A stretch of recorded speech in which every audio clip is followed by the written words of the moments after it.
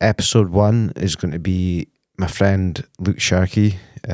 He's a big Rangers fan. He's going to come on and talk about his 25 to 30 years of supporting Rangers, ups and downs, highs and lows. As I can assure you, there's been plenty of for him. It's a bit ironic, actually, that the first episode being Rangers, considering that the host of this podcast is a Celtic fan. So there'll be some interesting views. I hope you enjoy. Episode 1, Football Journals. Welcome to Luke Sharkey. Thanks for having me. No worries, mate. We're going to be on speaking about Rangers, unfortunately, for me today. The timing's not bad for you as a Celtic fan. Well, I did try and say we'd stay away from current football, but I suppose we'll go straight in. How was last weekend for you? Shite. To be fair, I think I said it to you in a message before. I says with how poor both teams were playing, it was probably going to be a good game. Aye. I think it was there for the taking for either team. I don't think either side was particularly good. I think it was a shit game. Aye. It was a very, I think Beale said it was a very average Old Firm, and he's not agree wrong. with that. Yeah. He's not wrong. Few controversial decisions, but it's an Old Firm. There's always a controversial decision in it. Whether was it your favourite recently? It seems to be, it seems to be, but we didn't play well enough to win the game. I think a draw was a fair result if it had been that way, but I think you can't take anything away from the finish from Kyogo as well. It was first outstanding. Time. First time. Do you think he's the best Celtic have had since Larsson? Yeah. Aye. I put up that stat in the group chat a couple of weeks ago, and he's actually outdoing Larsson in his numbers just now, which is Larsson crazy. had more to his game though. Yeah, agreed. More physical, better his head and things. Anyway, we're talking Celtic. This is a Rangers episode. Right, I'm going to get straight into questions. How good a football player were you as a kid? Enthusiastic, but I had a terrible touch. I think what position? So I remember playing soccer sevens. My first sort of real football. This yesterday. I played left back. My very first game, I tried to run after the ball that was being crossed in. Eyes on the ball as you're told to do, and ran clean into the goalpost and whacked my head off that. So nothing's changed there because you've actually just recently got over an ACL. Not really. It was almost a year ago to the day, and I'm still waiting on an operation. Exactly. Which has a 9-month recovery. So, so you played as a kid as you do now? Because I've played against you. I think I tried all different positions. Really, I remember playing on the wing when I was a wee bit older. Got played as a striker, and I remember my high school coach telling me that I was shite in the air for a big man. He played me out wide more often. I wasn't very fast either. So. Encouraging that. You're shite in the air as a big man. Out you go. What kind of age did you stop taking football seriously? I still don't think I have really. You know yourself, we're both involved with coaching locally, and it's almost like a natural progression when your body can't take playing anymore. I still think my body can take it. I wish I could. Before the injury, I think I was doing all right. I'd love to get back to it, but I just need to see how the recovery goes. Mm-hmm. I think I'll be pushing 34 by the time I'm recovered from the surgery. So, but you got all sorts these days. It's not just fucking walking football these days. Well, that's it. I as long as I'm capable of kicking a ball or capable of telling kids how to kick a ball, I'll probably always be involved. That's the thing, is not being able to even kick a ball. Sometimes I can kick a ball and it just sort of goes out of place again. I've had a couple of false dawns where I've kind of made a return at football and it's been quite short-lived. You need to get that operation, man. Definitely. Okay, next question. Good answer. Favourite all-time player? The reason I don't give you these questions beforehand, because I don't want you thinking, all right, I've got 2 or 3. Aye. What's the first thing that comes to your head and you think, that's my favourite player of all time? Right, I'm going to go with a non-Rangers player because I've picked a Rangers 11 for my team. My favourite player as a kid was Andrei Shevchenko. Wow, that's in that Milan team. I think growing up when we did, I didn't have Sky as a kid, so most of the football I watched was Italian football. Sunday mornings, Football Italia. Champions League Tuesday nights. Aye. Yeah. I mean, that Serie A was full of top players back then. I didn't have a team as such, but Shevchenko as a striker, I think I was playing up front at the time myself. At the time at Milan, you're probably talking top 3 strikers in the world. Try to think, it's like late 2000s, so you probably got Raul at the time. I think Shevchenko was better for a while anyway. You've maybe got Kluivert, and you've got Shevchenko. Del Piero as well. Del he Piero, was up there for me. Vieri, maybe.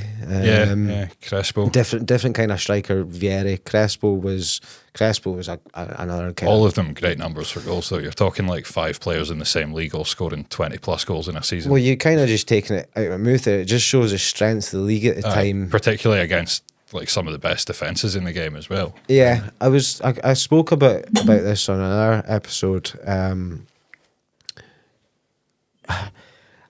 sorry, I'm going to have to bring it back to him again. Modern players, we're trying to compare the other day players and like how good they are compared to players of 20 years ago and things like that. And what I always judge it against is not how good the players themselves is, how good defenses they're playing against, how good the goalies are playing against.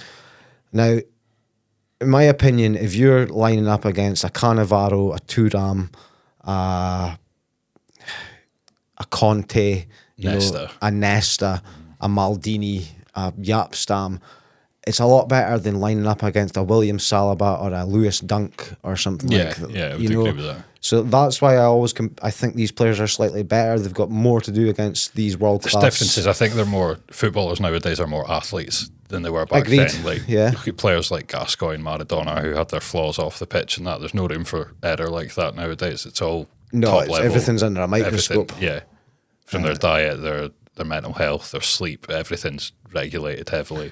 And I suppose it takes the Maverick. You take the Maverick out of the football. I think it takes a little bit of the creativity. That's become out of the a bit game. robotic. Like when you say favourite player, actually, a contender with Shevchenko would be Ronaldinho. Most entertaining player I've ever seen. Yep, without a doubt. I think anyone who's seen him play would say that. Well, I said. God, is this a copy of my episode right now? It is. It absolutely is.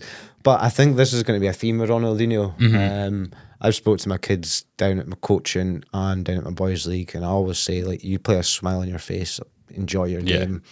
It'll make, even if you go out and get pumped 5-0, if you've played, you've put on a bit of skill, if you've run past a man, you've got a wee bit of gain from that game. You've not came away absolutely pumped and dejected and it's something memorable. Yeah, you've actually gained something from that game. Ronaldinho, putting aside how good a player he was entertainment to watch. I says this to Ryan the other day. Is there a kind of player you would sit down over what teams were playing just to watch? And Ronaldinho is probably the first player that pops in my mind. Yeah, likewise. I couldn't care less what team he's playing for. If he's playing, I'd quite watch a game. I watch all the Soccer Aid games with him, and he's. I've seen better players. Like Messi's a better player than Ronaldinho was, without a doubt. But Ronaldinho was more entertaining to watch. Yeah. And I don't know if you've seen recently with Soccer Aid, he was trying to chip Seaman 2 or 3 times. Rolling it back to 2002. Yeah, and he was making a point of trying to chip David Seaman. I remember that joke when I was in primary 7 or something. I couldn't lob Seaman for 40 yards. Okay. I think there was an Iron Brew campaign around the same time trying to get Scottish men to go with Brazilian women so we could have a World Cup winning generation of footballers in 20 years' time. Just Iron Brew. Their adverts are getting good again. I seen one with a mullet the other day. It's quality. It's a good thing you bring up though, because you were talking about like not a lack of personality, but there was a personality to that sauce that like edgy football players brought. Like we were talking about the Brazilians the other day. Like they all had. Ronaldinho's been in Paraguay in prison. I was telling you about the Wikipedia story of like on Wikipedia there's actually stats of his like tournament in Paraguay in jail. Like, where are they getting these stats from? Do you know what I mean? Like who's recording this? Well, Brazilians are a different breed altogether. I think it's a thing with football fans. We all like the Maverick. You look at like Maradona, Gascoigne, Ronaldinho, obviously. It's someone who's like that flawed genius, and you always think like they were that good at 70%. How good would they have been if they'd had the work ethic some of the other players do? And I think it all kind of started with the original Maverick with George Best, wasn't it? Oh, without a doubt. He went his own way, he done his own thing, but he also had the football. A good point to make with all these Mavericks, they all had the football ability to back up. You see players like I've picked on him at time before, but I just don't like the guy. Is Neymar?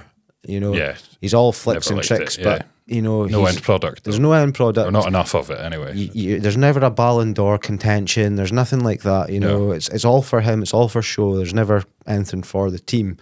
It's a kind I'm of glad he's gone to the Saudi league now. And it's a place that kind of deserves him. Yeah, You know. Okay, next question. Most memorable game of football. That can be TV, live, boys' league, anything, man. Most memorable game. I always remember my first Rangers game. That's got to stand out. It was a 1-0 win against Hearts at Ibrox. Billy Dodds scored the goal, I think. Wow. Yeah.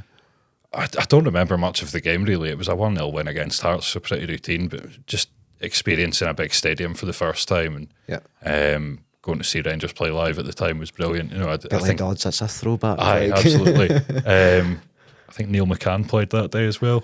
Number one Catholic, Neil McCann. The thing that stood out for me actually was that I got a hot dog at half time and it was the worst hot dog I'd ever eaten. It was just like a burnt sausage. It wasn't a hot dog sausage. That wasn't a hot dog stand.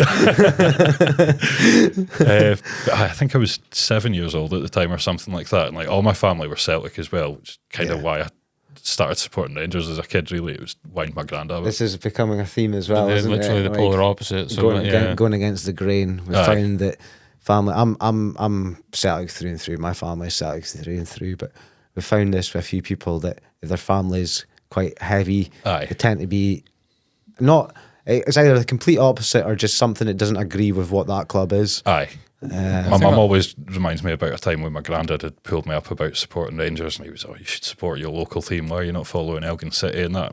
And at the time, I was going to Elgin games most week. I was about 9 or so at the time, but I'd been to quite a lot of Elgin games. But Rangers was my sort of big team that I followed, and my mum pulled him up and says, well, why do you support Celtic when you grew up in Clyde? It's a very good point. Yeah, it's a very good point. It's like football's not an echo chamber. No one wants it to be an echo chamber. You want the banter. You want that kind of rivalry involved, right, with your mates, your family, 100%. Or whoever it may be. Yeah, and we've always talked like about us with the losing bets at football, having to wear each other's kits and stuff like that. Just kind of for the viewers' reference, we play football on a Thursday night, and we've also got a fantasy football league going. So we've actually both been put in Celtic and Rangers kits, and we're both obviously Celtic and Rangers fans, but we've been put in the opposite kits as forfeits for games over the last couple of years. It took me about 6 months to reappear at football after I realised I was got kitted. I think I got the better end of the deal because I was bibs when I had to wear the Celtic top. You were non-bibs in the Rangers top. You got a bib, like, so it wasn't so bad. But no, it was good. Okay, current favourite player in world football? Oh, who do you like? That's a tough one. Who do you like watching? Like, there's your obvious sort of top level ones like your Messi and whoever. My answer was Haaland, and I just like when Haaland gets the ball and just murders defenses, like just starts running at them, and I just think it's so. There's nothing you can do. Right, so mine. A bit of a random one. There's probably more that I'm not thinking off the top of my head, but I always like watching David Silva play. I know he's gone back to the Spanish league and he's kind of taken a step down a bit, maybe not playing as much, but quite recent. Him at Man City, just brilliant to watch on the ball. I think technically one of the best players I've seen. Yep, he was like a slowed down Kevin De Bruyne. Yeah. See, when you look at his goal record and that for Spain as well, he's got a remarkable goal record for Spain. Played more games than Xavi and Iniesta for Spain. Wow. Yeah. I didn't know that. That's and that Spain team at the time as well, he was playing regular. He won all 3 tournaments that they won. He was in the squads for all 3. And when you look at that midfield, you've got Iniesta, you've got Xabi Alonso, you've got Xavi. The early days you had players like Carlos Marquena, Albelda was Marcos Senna. Senna, yeah, he was good. And then you had later on, you had like Fabregas and all that. Mm-hmm. I can always remember Silva being very consistent in them teams, so it just shows kind of his level of quality. Aye. I think he brought out the best in players around him as well. We saw that with Man City and with Spain. Yep. And even now he's gone back to Real Sociedad and got them into the Champions League. It's funny you mention him. I used to like watching Santi Cazorla at Arsenal, and I felt he was like a very similar player. Just too injury prone. Yeah, definitely. They reckon that Cazorla could have been as good as Messi if he just stayed fit and stayed at a decent. Where was it? He came through Villarreal, wasn't it? Villarreal. He went to Arsenal. Silva was Valencia. Good player. That Spanish crop of player for that space of about 10 years was just unbelievable, mate. But you can bring it all back though to like the way Barcelona were playing. Everyone's kind of tried to model it, and it goes back to Cruyff and the 4-3-3, and just shows you how that develops and has such a wider impact on the game in different countries.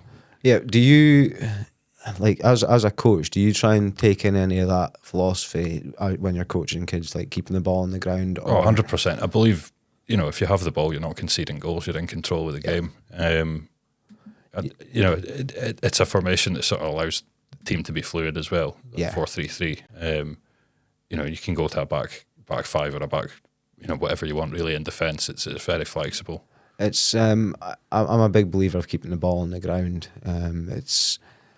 I think the more you do it, it gets kids put under pressure. Like if you've got centre backs passing the ball about, and they've got strikers pressing them, the more they do that, they're going to get used to passing that ball about, and they're going to turn from a scrappy centre half who clears the ball into a Rolls Royce of a defender who can pass the ball about. And also, when you're coaching kids around the ages that we are, like 9 to 11-year-olds, and that, half of them are scared to head the ball. Yeah. So why do you want the ball in the air? Yeah, exactly. And a lot of them, you're the same as me. We've coached in that league this season. How many times do guys get beat on the bounce? Oh, all the time, yeah. Every game, 10, 15 times that ball is bouncing over a kid's head. If you've got a quick striker, just tell them to wait for that bounce. Yeah. Wait for that bounce. The ball's going to be in and you're around them. I think I've got a striker who's got about 10, 15 goals from that this season. You know who I'm on about. He waits for that bounce. He knows the guy's going to miss it with his head and he's in. Whereas I was getting my players to play out. I was playing a lot of long ball this season, but I was using my goalkeeper strengths. My goalkeeper's distribution was unreal, unbelievable. Could put the ball the length of the pitch without even thinking about it. So I had to use that to my advantage. But any other time, I want to play out from the back. It's nicer. It gets the kids used to it, and also, like, there's nothing worse than a kid who gets put under pressure and they clear the ball in and they've cleared the ball 10 yards and then to an opposition player, they've lost it. The kid does not go pressing that ball. Their head goes down. They're like, oh shit, I've lost the fucking ball, blah blah blah. Kid. And we can see it different because we're on the sidelines, but it's on the ground. I'm a big believer in that. Good question. That's what they're there at that age for, is to learn the game. It's not so much about the results, and obviously they all want to win, and us as coaches would obviously rather win, but the most important thing is their development. Their development, they're enjoying that comes from playing with the ball, not from hoofing it up the pitch. Exactly. You can't do anything without the ball at your feet. Exactly, yeah. Good answer, sorry. I said good question. Complimenting myself. Okay. Best player you've seen in the flesh? Zidane. Wow. Yeah, Zidane. My favourite player of all time. Really? Yeah, favourite player of all time.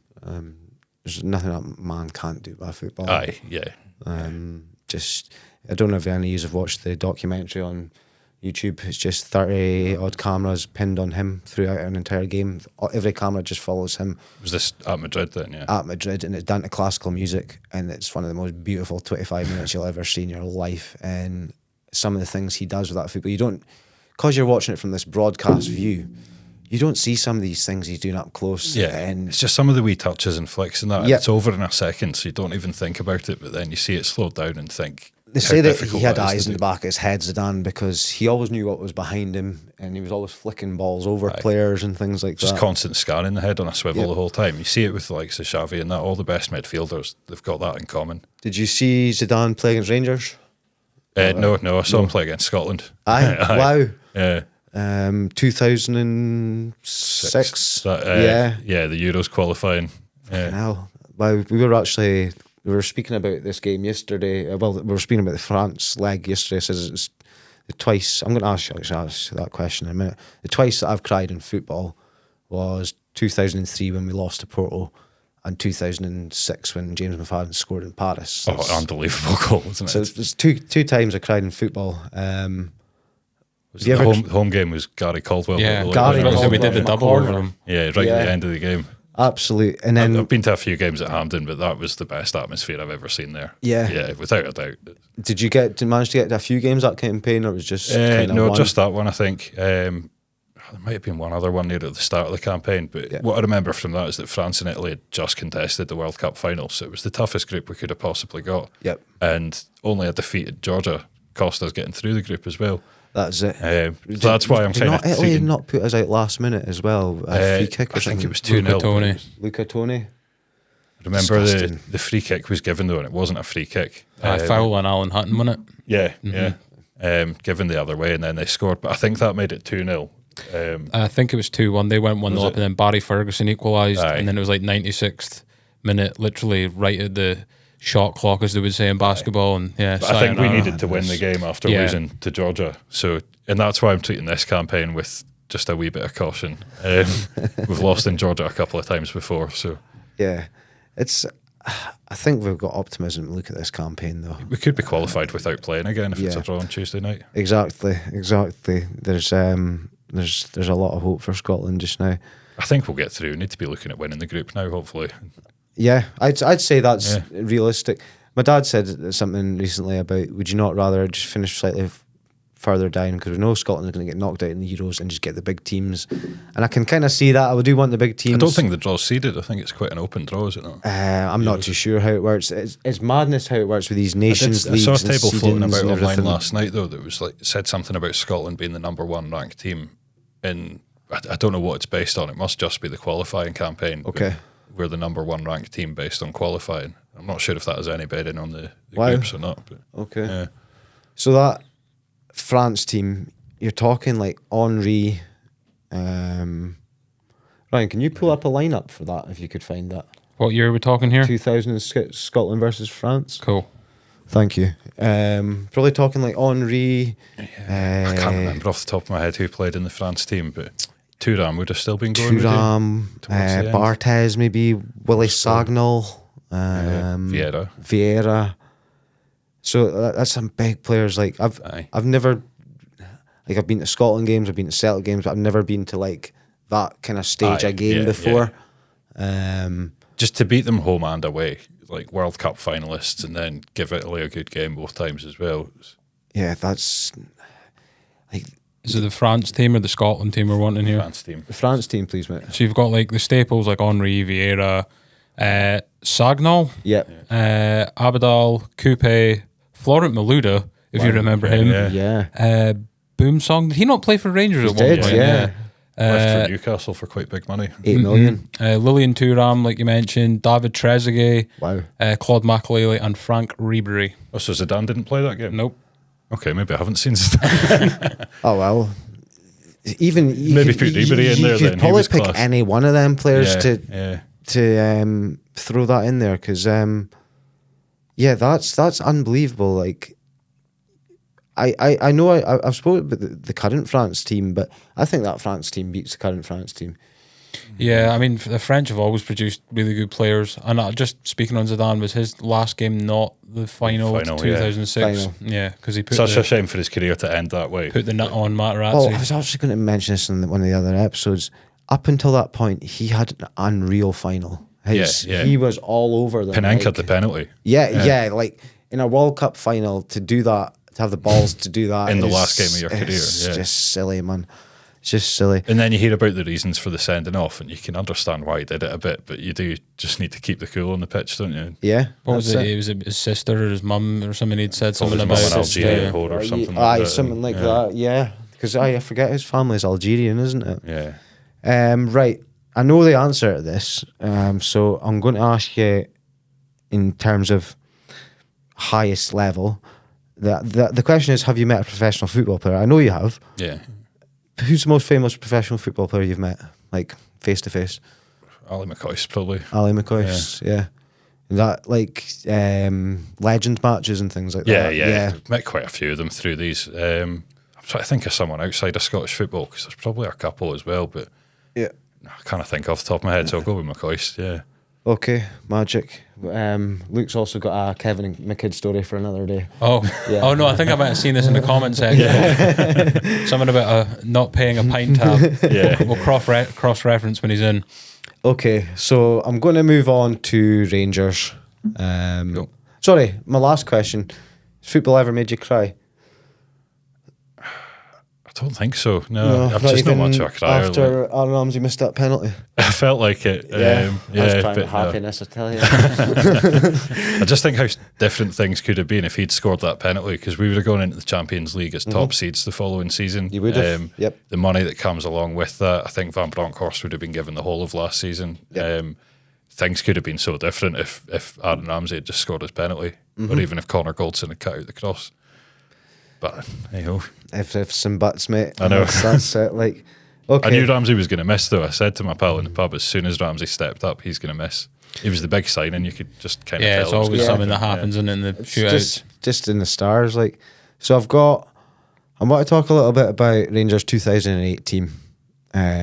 Just because obviously they reached the final in 2022, and this is a football from round about the time. This is your souvenir. Oh no, this is more recent. This was from Stephen Gerrard's first season.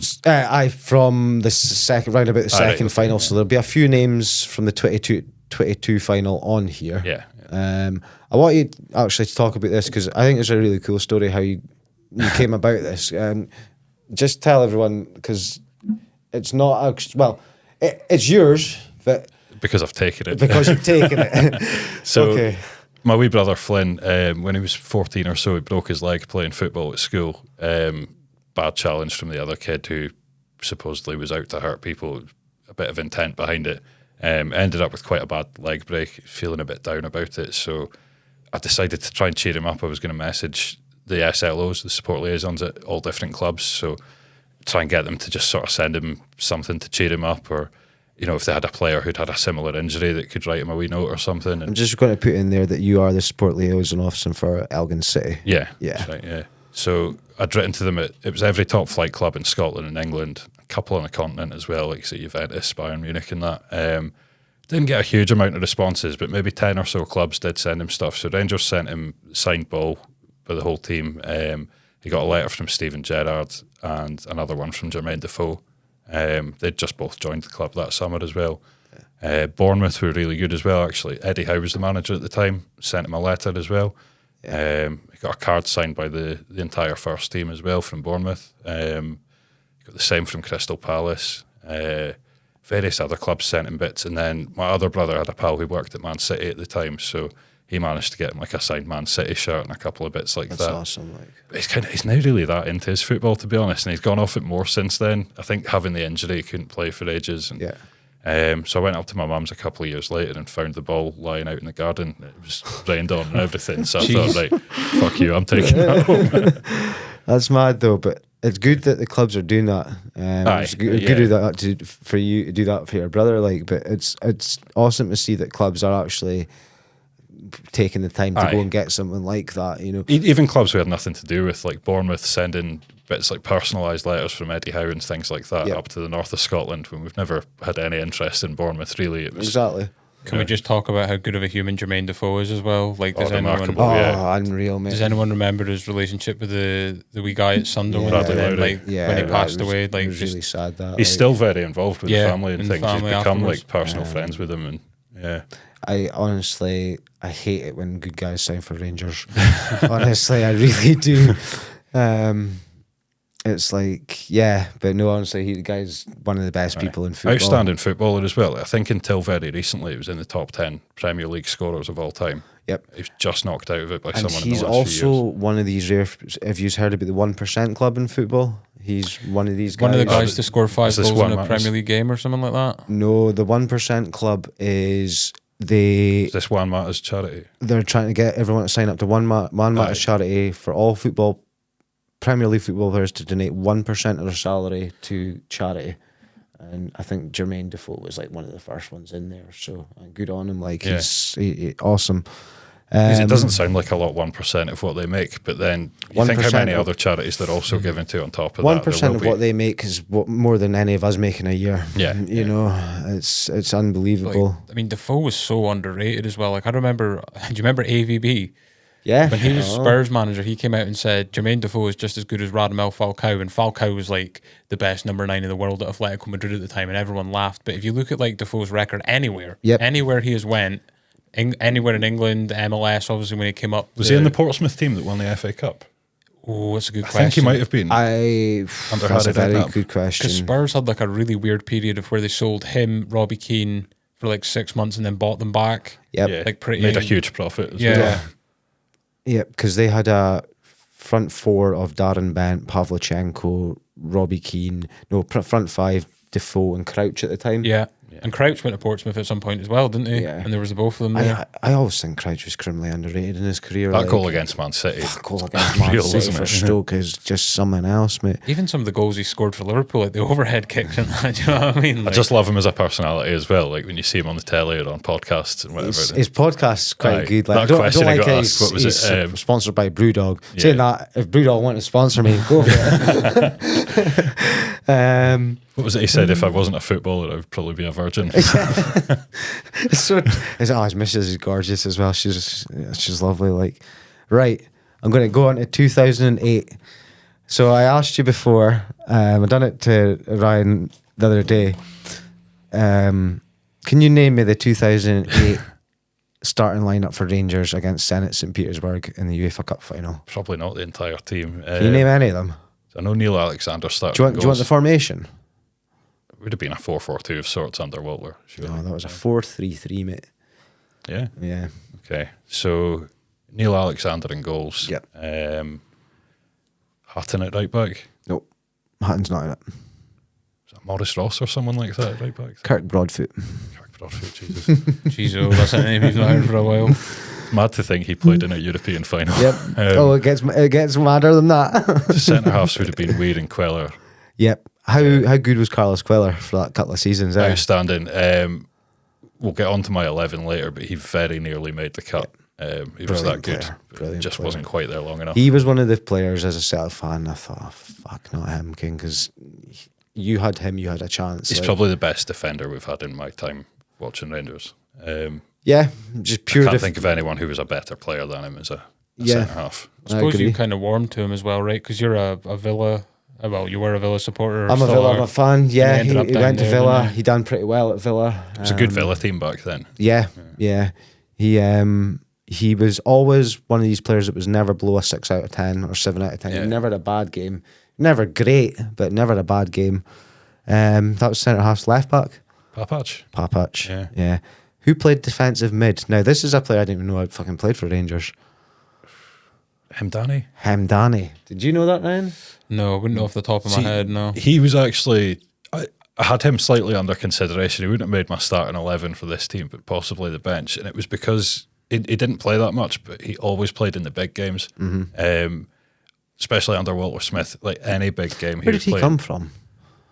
I think the French league somewhere. I'm Yeah. not sure. But yeah, he'd maybe not play for 3 or 4 league games in a run, and then he'd play a European game or he'd play an Old Firm or something, and usually did well in them. Yep. Yeah. Okay. Your other two centre mids? Barry Ferguson and Pedro Mendes. Nope. Before Mendes. Another Scotsman. Kevin Thompson. Oh, of course, yeah. Kevin Thompson. Who played right wing that night? That's an interesting one. Because I looked up the formation for and this is bang on what he played this night. Dartsville. No, right wing that night was Stephen Whittaker. Oh, of course, yeah. So it was. Left wing, Daniel Kuzan. Stephen Davis. Okay, right. Up front, Darsheville.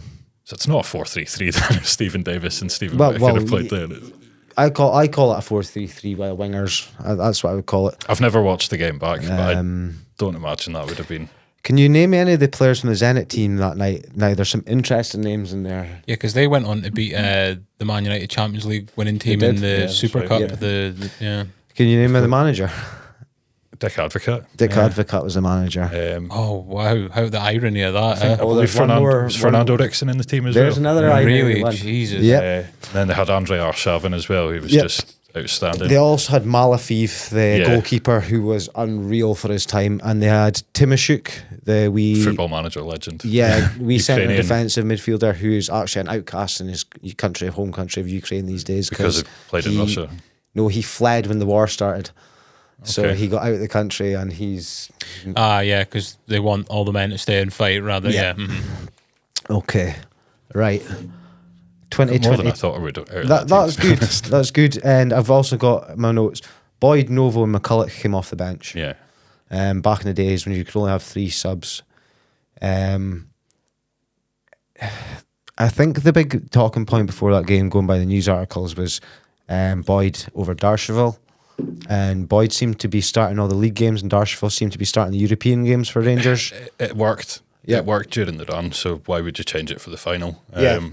What do you think? Like, I know we're going to talk about your 11, you've got Boyd in it. What do you think stopped Boyd from being the mainstay? Because he was never the main striker. It was always switching between him and Kenny Miller. I think he was the main striker. He was the top goal scorer for he was several seasons. Like 30 goals, round about that. Yeah. In the SPL. But all-time SPL top scorer as well. That's true, and that sickens me over Larson. That really does. If Keego stays in our 10 years, it's in the bag. But I don't think that's happening. It's not going to happen. The money is there for him.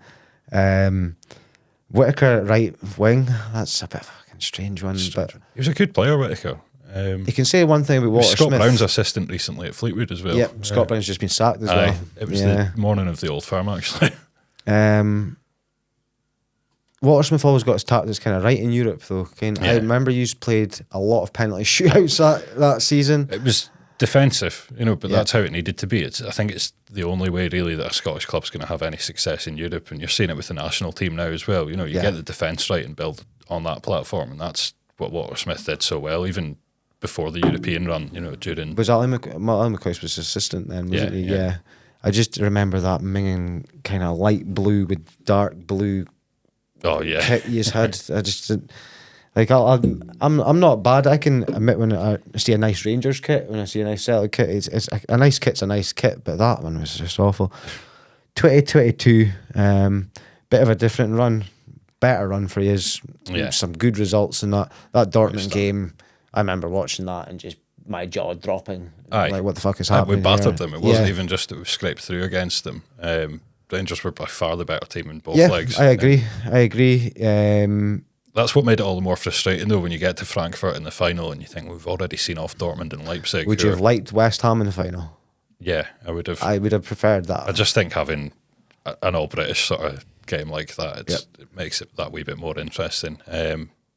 Whether we would have won or not, I don't know, but it's a good West Ham team as well. And it wasn't like Rangers had it all their own way in that run either. Like, I remember like that blow at the end of the Leipzig away game. Yeah. You know what I mean? Like, they could have just folded, but obviously like they had the turnaround at Ibrox, which obviously was like the 12th man, wasn't it, in the home games and the second legs and whatnot on the way there. But big atmospheres played a big part in that. I think so. That run. Ibrox absolutely rocking through all those games. Yep. I think going away from home, they just sort of played with no fear. To score the amount of goals we did on that run as well, it was totally different to the 2008 run. It was built on the defence. Aye, it's interesting to when you can, like, we're going to compare the two teams in a second, but to get to a European final, you look at the two teams, and in between the time periods of that first team and the second team, Rangers had significantly stronger teams than these, but these were the teams that I felt also went down the leagues and came back up, which makes it, in the space of, 14 years, of one European final, go down at the bottom and start again and get to another. It's some journey, like, there's no denying that. There's a film to be made there, some of it, To have Tavernier as the top scorer in the tournament as well, like, that's there's a joke in there that I'm not going to make it. not just even like the dropping down the leagues though. Like, do you remember? Was it David Green? Was that the guy that was kind of messing Charles out? Green. Charles Green. I keep saying David. For some I always thought it was so ironic that the two people that fucked over Rangers were called Green and White. Craig White and Charles Green, like. So. They were going to sell it for £1 at one point, but there was talk of that, and it was like, whoa, because it happened so quick. It was like the space of 3 months from nothing's wrong to everything's went. I think to it'd been shit, brewing for a while, but it's. Yeah. I don't know. See, as a fan following it, when it's financial shit that none of us fully understand or have any control or influence over whatsoever, and all of a sudden your club's been plonked down in the bottom division, having to start all over again pretty much. Did you go and watch Rangers when they were at Elgin? Yeah. Because I didn't get to the games or anything like that. Oversold by 1,000 odd tickets. Yeah, and I think Elgin got a big fine because of that, didn't they? Pretty much lost out. How was the atmosphere at them games? It was great. It was like, I've seen Rangers play in smaller teams, like in cup games and whatever, and you go to some of the smaller grounds and it's more Rangers fans than local fans. It's basically a home game. You might even go to see them play at Cali a few years ago. It was like a freezing cold January night, but there was definitely a majority of Rangers supporters there. I'm in agreement with that. I've been to Celtic Cali, and I just wish they'd give us some more seats. You know, that's all I can remember having to phone up the Cali ticket office, and they said, "Oh, we're just checking you are Cali fans and not Rangers." And I just lied and said, "Aye, Cali, you know, blue, red, and white, mate." Here's your tickets, no bother." Clarence Seedorf's son's playing here. That's why I'm coming down. But even like grounds like Livingston and stuff like that as well, you just see the old firms. St Johnstone have started doing a brilliant thing. They've started giving the old firm the other 3 stands, and it sells out. It's not gone down well with their fans. So I've got a pal who's a season ticket holder there, and it's not gone down well with the fans. But there's money to be made there. Exactly. And Celtic and Rangers will sell out stadiums 3 times over if they could. It's harder to get an away ticket for Celtic or Rangers than it is to get a home ticket. Yeah, and a lot of people don't realise that. Looking at when Elgin had their cup run, almost getting to the quarterfinals. I'd spoken to someone at the club, and if Elgin had drawn one of the Old Firm away from home, because it's a 50-50 split of the ticket money, it would have been worth roughly $250,000 to Elgin, which could sustain the club for a couple of years. Yeah. It's huge for clubs that size. Right, 2022 final. Name of the team. Shagger in goals. Yes. Tavernier. Yep. Goldson. Who played beside Goldson? James Sands. No, he came off the bench. Big lad. Katic? No, it was Bassey. Big Bassey. Oh, of course, yeah. Surely. So Barisic on the left then. He had 2 defensive mids. Sorry. He had 3 centre mids. So what, Lundstrom, Jack, and Davis? No, it was Kamara. Kamara, of course, yeah. And then you had your front 3. Morelos. No. This is terrible. It's only a couple of years ago, and I'm struggling to remember. Kent, obviously. Scott Wright. Did he start? Scott Wright. I remembered him playing it. Yeah. Oh, I know. Criminally underrated player, by the way. It's Aribo, isn't it? Aribo's a striker. That's right, because he scored the goal at the start. Yeah. He also had off the bench. You had Davis, Sands. You had Sakala came on the 74th minute, and then came off in the 117th for Aaron Ramsey. And you also had Kamar Roof. Came on. Morelos didn't play that night. Must have been injured or something. That, like, I've been there. I've been there when you lost the European final. It's fucking gutting. Yeah, especially. I think when you look at both lineups as well, like there's key players missing from both. When you get to that stage of the season, you've not got your first team to pick from. I think Rangers lost that final. It came down to individual battles on the pitch. You look at like that Kostic had an unreal game. Yeah, the boy Bora up front was just running you about the place. But the thing was, though, it was that late goal that Goldson didn't cut the cross out, and if he cuts that out, I think we go on and win in normal time. Yeah, it's just small margins. It's the way it small goes. Sometimes. Margins. What was it feeling like at full time? Because I remember 2003. Yeah, I was only 12 years old at the time, but I fucking cried my eyes out. Like just deflated. You know, I was sitting in the granary watching it, full of Rangers fans, obviously, and just the atmosphere just quiet. Quite quiet afterwards. There was a lot of folk who'd sort of been there to watch a lot of the European games, so you kind of got to know a few folk from who've watched the entire run with these random folk in the pub or whatever, and we're kind of all in it together, had all these great moments throughout the season, and then you get to the end and think you're actually going to do it after we score as well, and to end the way it did in penalties with Ramsey missing the one as well, which it was kind of fate though. You could tell that he was going to be the one to miss. Yeah, 80 grand a week it cost you. There was rumours it was 400 grand a week. It wasn't. I looked this up last night. It's 80 grand a week it cost you in wages. Still ridiculous money for Scotland. For a player who was injured half his time here and didn't do anything. He scored an Old Firm goal. That was about his only contract, and he still got beat that game. Yeah. Like, so it's there was money to be spent better elsewhere. There was talk in the summer, I think it's probably ridiculous, but about Eden Hazard coming in on a free transfer and that. But I was so not excited by the prospect of that. I mean, I didn't think it would ever happen anyway. But the money he would have been on, his injury record, and I mean, he was at Olympiacos last season. They've not wanted to keep him on. So I've not seen him play recently, but the standard can't be that great if they didn't want to keep him. No. Just a mercenary now, really, isn't he? Aye, and it's these big money signings, big names and that, the reputation sort of precedes them, and it's not necessarily a good signing. I'd rather see the money spent buying several young players and sort of seeing what they can develop into. I wholeheartedly agree with you. The money doesn't seem to have been spent right this season, though, does it? It's like, I think the jury's still out on a lot of them, but I think he needed to spend money at the back. I think when you actually look at Michael Beale's record at Rangers, he's got the best win record of any. I don't even just think at Rangers. I think of any SPL manager. Like, he's got a better win record than Brendan Rodgers did in his first season. Aye. But you know, he's had such a good record last season because we won pretty much every game under him, bar a couple of old firms. Yeah. And you know, you go into this season, he's changed half the team. Yeah. He was so consistent at the end of last season. I don't think he needed to change as much. I don't get, like, I've said this at different clubs, I don't get how players can be so good under one manager and just be complete outcasts under others. Right. Like, I always go back to Glenn Kamara. He was so good under Gerrard. Like, I think he's sort of down tools. I think he's wanted a move from probably last summer. that's maybe a bit part to play. Kent, his first season when he was the one when he was on loan before he signed. I wouldn't have signed him. See, to be honest, I remember saying at the time, the season on loan, I think he played 46 games, scored 3 goals, something poor like that. I didn't think it was worth the investment at the time on him.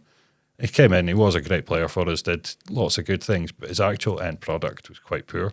Yeah. When you compare him to the likes of Sakala or even, I'd imagine Scott Wright with a similar number of games to Kent would have scored a lot more goals. I'd say so, yeah. Probably a lot more assists and goal contributions. I think he's as criminally well. underrated as well. Scott Wright, yeah. I think he wouldn't be a starter in my team, but he's a great impact player to have. Very direct. The same can be said about Kamara Roof. Yeah. He's, especially, you've seen the Rangers fans' reaction when he came off last Sunday. They weren't happy about it, you know. No. He played really well, and he get replaced by Dross, you know.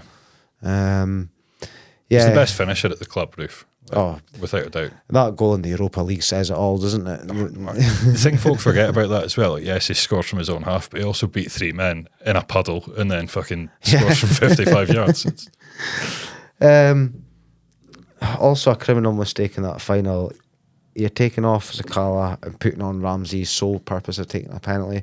I think if you're taking somebody off for the sole purpose of putting on, take off a fullback or something like that. Yeah, centre half. Yeah, you're taking off a defender. You're not taking off another player that can score a penalty. Yeah. I don't understand that one. Right, we're going to go into your all-time team. I'm just going to read through it, and then we're going to pick it apart.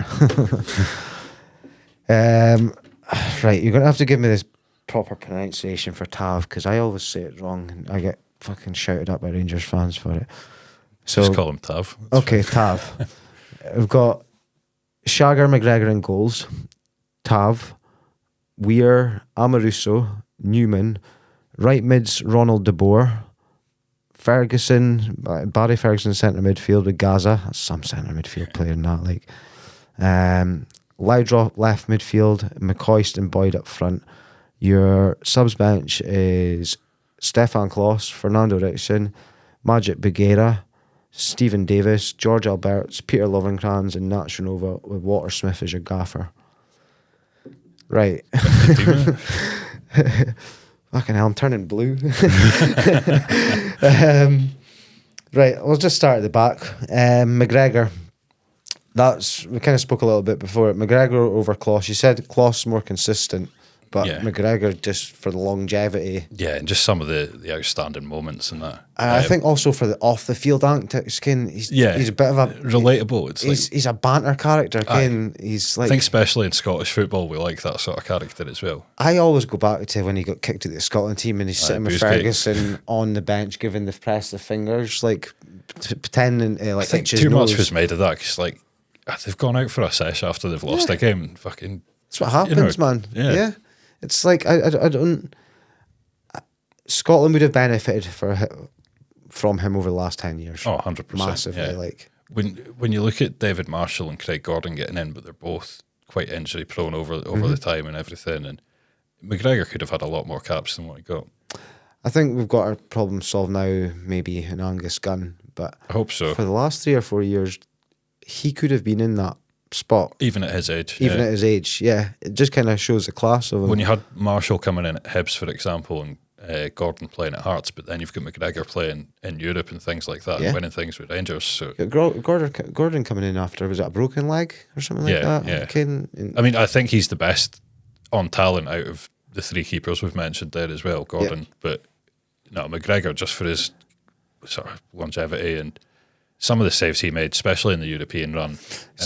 Old Firm saves as well. He always came up big in the Old Firm games. He saved, is it 2 or 3? He saved a few penalties in Old Firms anyway. It's at least 2. Yeah. Good shot stopper. Yeah.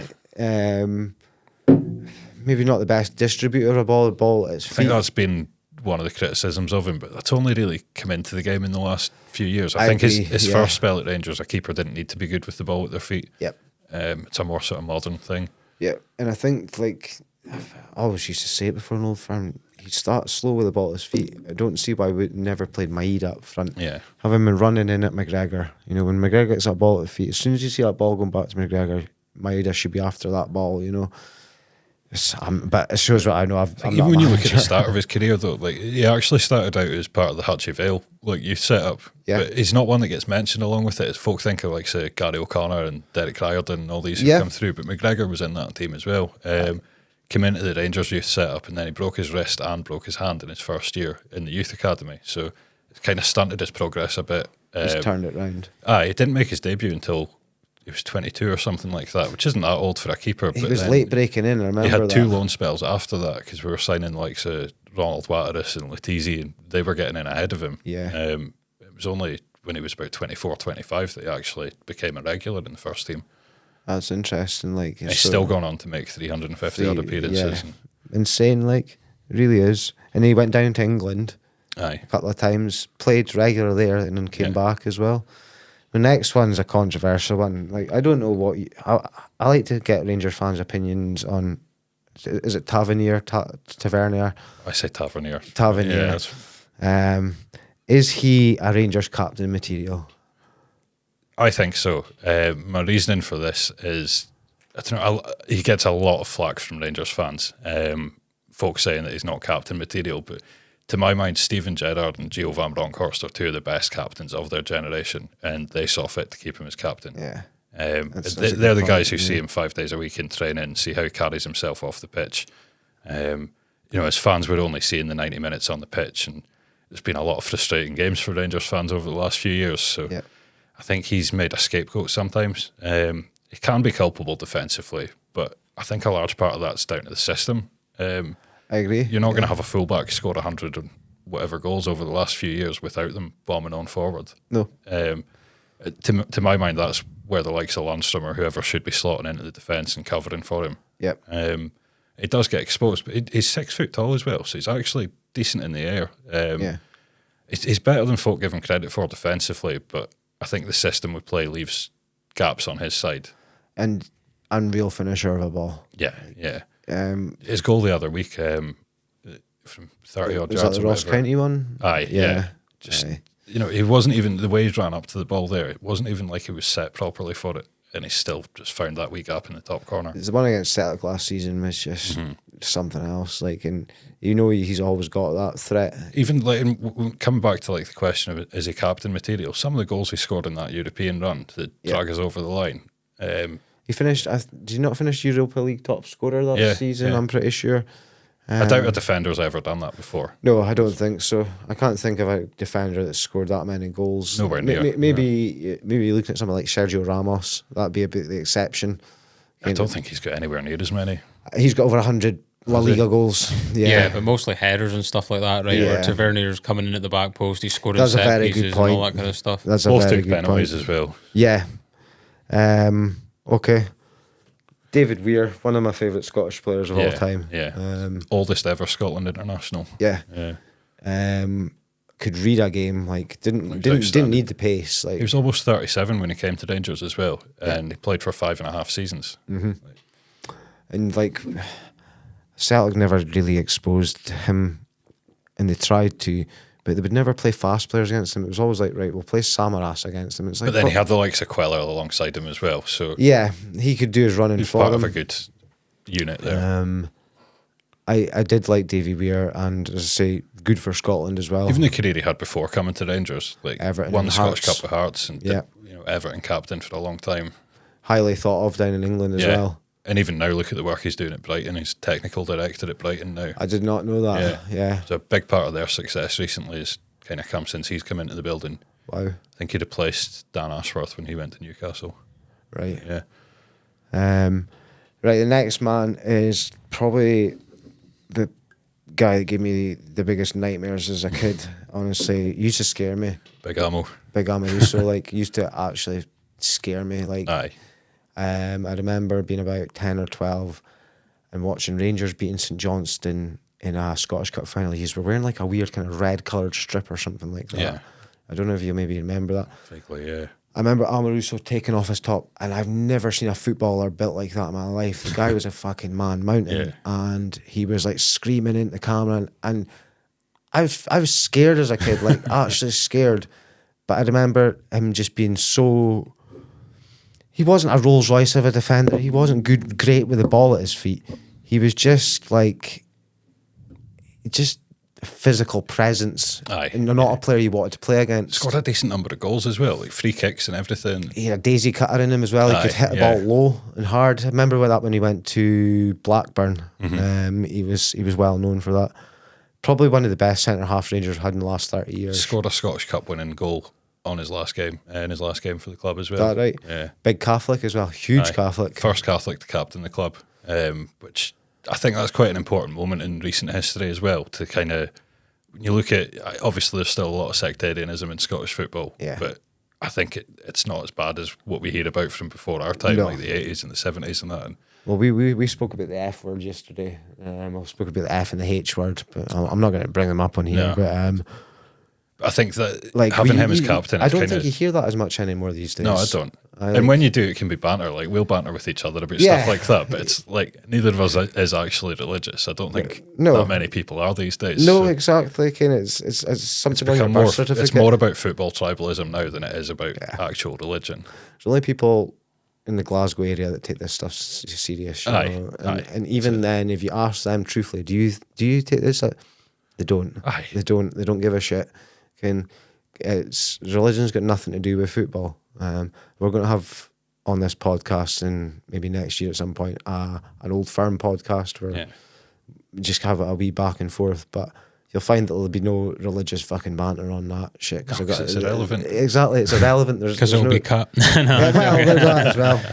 To be fair, I was meant to get a blue XLR cable for today, kind of have like the green-blue contrast, but it was going to take 3 weeks. But next time, I did kind of sat on this side on purpose because it wasn't the green one. But then I thought about it. I've had a big spot come up on this side, so the camera side. You know, how I'm on the left, he's on the right. Big spots come up right where Michael Beale's mole is. Right, Arthur Newman, great player. Fantastic. Almost 50 caps for Holland as well. I think that was a bit of a coup for Rangers at the time. Yeah, it's part of that sort of Dutch contingent at the time. Yep.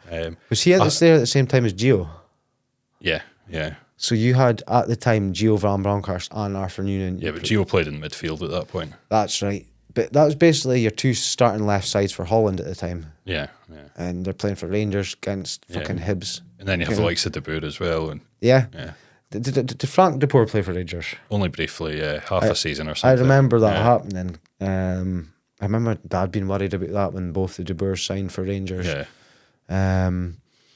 De Boer's actually an ex-player. Yeah. Before we move on, I'll have to give a mention to Papac at left back because that was a tough call to make. Yeah.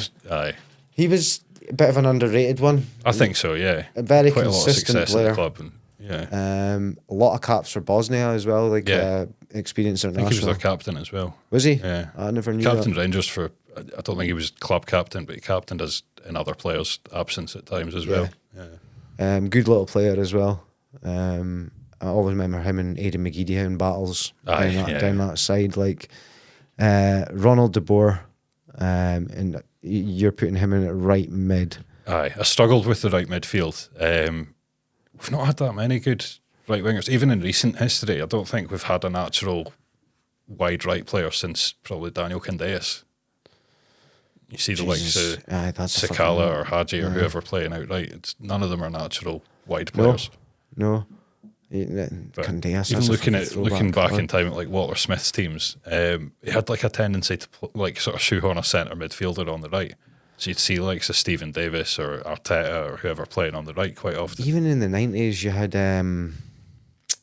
Ian Ferguson would get stuck out on Mind having Kanchelskis for a while as well. He was good. Kanchelskis was a quality player, really good player. But no, De Boer made the cut. I think his goal record, he had like a 1-in-3 sort of goal record at Rangers. Won a lot. Speaks for itself. Even his class before coming in, you knew what a top player he was coming in. You could argue that at that time, when you looked at Celtic and Rangers lineups, you'd be confident against any team in Europe. Yeah. Because we had names in our teams then. Aye. Next person is probably the person I grew up hating the most, and honestly, I really did. Just could not fucking stand Barry Ferguson as a kid. Hated him. Wee Ned. I'm still not a big fan of his now. I'm more. I seen him having a radio argument with a guy on Monday. Something to do with Michael Beale or something. Yeah, because the Rangers fan was calling Barry Ferguson a cheerleader, and Barry Ferguson and him were having like a shouting match down the phone to each other, which I've got a bit of respect for. I quite like that he's having a back and forth with a fan, but quality player. There's no denying that. I think to come in and captain a club like Rangers at 21, 22 years old, and I was Scotland captain from quite a young age, maybe 24, 25. A lot of break into responsibility. that team when you had a midfield at the time like Gaza, Durant, McCall. Aye. Well, Durant was his idol as a kid as well. Yeah. And he ended up playing alongside him for a while. So. That's got to be unreal growing up. That would be like... If you played alongside Larson or something. Exactly like that. Like, just crazy. The next man, Gary was actually listening to a podcast yesterday. I quote cut in there because we've just hit the hour mark, so I'm just giving you the 10-minute buzzer. Gary was actually speaking about this guy yesterday on a certain JE's podcast. I'm not giving him a mention on here. Gaza. Yeah. Speaks for itself. Aye. I don't think there's anything. Arguably the most talented player of his generation. Yeah. It kind of fits into what we were talking earlier about Ronaldinho, Maradona, your flawed genius. Yeah. I think his story's sad though. Like, have you seen the documentary about him? Yeah. I have. All the things that happened when he was younger. Like, he saw his friend's little brother get run over and die when he was about 10 years old. Crazy stuff. He had a cousin or something like that died quite young. And again, I think he was there to see it. And he's also got undiagnosed ADHD because he can't sleep at night and things like that. So he's got a lot of mental problems and things. I think the way he just couldn't handle being in the spotlight the way that he was. I mean, his character. There's so many funny stories about Gaza. Yeah, there's hours and hours of Gaza stories. Then there's such YouTube. a nice side to him as well. Like, there's the whole thing about who was it, Gattuso, when he signed for Rangers, and obviously Gaza loved a prank back in the day, so. He shat in Gattuso's sock when he was out training one day. Gattuso's put the sock on and got covered in Gaza's shit. But what folk didn't really know at the time, Gaza was getting Gattuso to like go and buy these fancy suits and that, like club suits, and the club take care of that. Gaza was actually paying the bill for him, so that this young Italian coming over could get like the fancy suits and that. He wasn't on the same money as the big players. Right. And he didn't take any credit for it. Gattuso only found this out months and months later, assuming the club were paying for it, but it was actually Gaza out of his own pocket. Wow. And it's things like that you don't hear about, is it? It's all just the crazy stuff. What a player as well. Do you ever hear him talk about mince pies? Yeah, like McCoy's one about the fireworks. Yeah, and overhearing him when he kept his key and he had been out the night before. He was in the kitchen making himself a sandwich and he woke up. Apparently, he'd walked like 5 miles. I think my favourite one is where he got into the car and he unscrewed the bits and put the fish in. Aye. He put the second one in. Yeah. So he says once he's found the first one, he'll think that's it. It's almost like the character from Peep Show Super Hands is based off of Gaza in a way. Run to Windsor. Right, next player. Me and you've had debates about this before. Yeah. To me, he's the second greatest player in Scottish football history. To me, he's the best. And to you, he's the best. Brian Laudrup. Yeah. Quality player, not deny it. Aye. I mean, folk are always going to have these arguments about who's the best, but undoubtedly up there anyway. Yeah. Whichever team you support. Yeah. He was far too good for this league. Mm-hmm. Far too good. And I don't think he was good because he was too good for this league. He was just good. Yeah. Top 5 Ballon d'Or the season Denmark won the Euros, 92. That's mad. Yeah. Yeah. And then a few years later, he's playing in Scotland. It's mad to think his brother was probably in that top 5 as well at the same His time. brother was probably even better, to be honest. Yeah. You don't play for both Real Madrid and Barcelona and not be good, you know. But then Brian Laudrup played for, he knocked back Barca while he was at Rangers as well. Barca came in for him 6 months after he joined the club, and he joined you from Milan, didn't he? Yeah. Yeah. He was at Fiorentina. I think he was loaned to Milan. I don't know if he was permanently there. I'm not sure, but right, last two. I'm not going to go through your bench because I've read out your bench. There's a couple of names, but I'm going to ask you about one name that's not on there, okay? And then I'm going to ask you my final question. McCoist and Boyd. Boyd to me is he's a box fox. yeah. Nothing else. Just nobody better in the box. No. Even watching the Masters last night, there was a goal that he scored in there, but it was the same Boyd that we watched 15, 20 years ago or whatever. Yeah. He hasn't lost that instinct at all. And I hate to say it, but he's actually a decent pundit. You know? Again, good guy as well. Like when he signed for Rangers from Kelly, he waived his signing on fee so that Kelly could keep it and invest it in their youth system. Oh, right, okay. Yeah. Good guy like that Things as well. like that. And McCoist, what? It goes without saying, doesn't it? I think to this day he's still the only Scottish Golden Boot winner. He won it twice. And he's won it twice. And this Should have had more caps as well. Like the whole thing around the '98 World Cup. Well, I looked up. He beat Jean-Pierre Papin and Van Basten, was it? Van Basten. Yeah. That was the other. So that you're in some company. Like it's unreal. It's the fact that he was there for the entirety of 9 in a row as well. He won 10 titles in total at Rangers, but he was there from start to finish of the 9 in a row. Yeah, that's absolute legend. Brilliant, mate. Yeah, it's right. So many lists. I think I might know the answer to this, right? But was there ever a possibility of having Marco Negri in your team? Yeah, he was discussed. Remarkable player. I think if it wasn't for the eye injury, God knows how many he would have scored. I reckon he'd have been on for about 50, 60 that season. Yeah. He'd hit 35 by December. But then where do you go from there? Like, does he stay in Scotland after that? Or surely, someone coming in and scoring 60 goals in Scotland or whatever, he's going to have the likes of Real Madrid or whatever after him. Yeah, I'd say so. And I think, is it because he was in Scotland he was scoring these amount of goals? It was just like, I remember he wouldn't score, he didn't like he scored every game. He'd score like 5 and then not score the next game and then get another 4 or whatever. It was weird bursts of scoring. Yeah.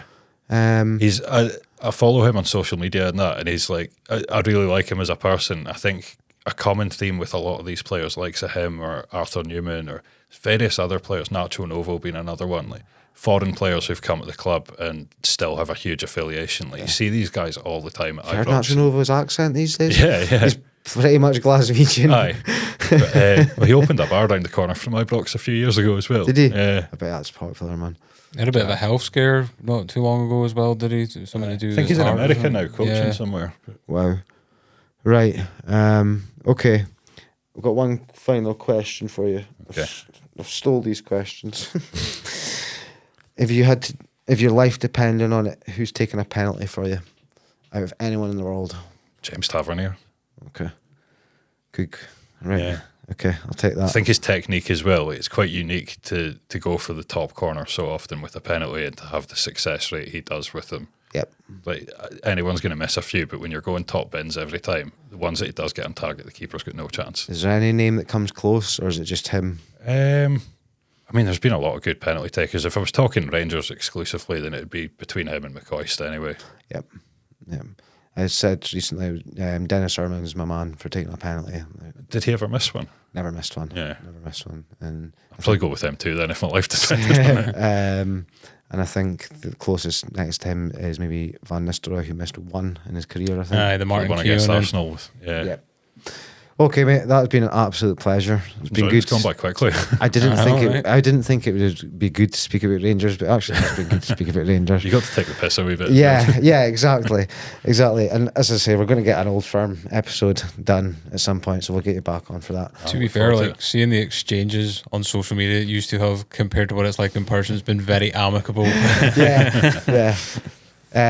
Before I go, if you could leave me a like on Facebook, leave me a review and 5-star on Spotify and Apple, Ryan, and Amazon. and Amazon.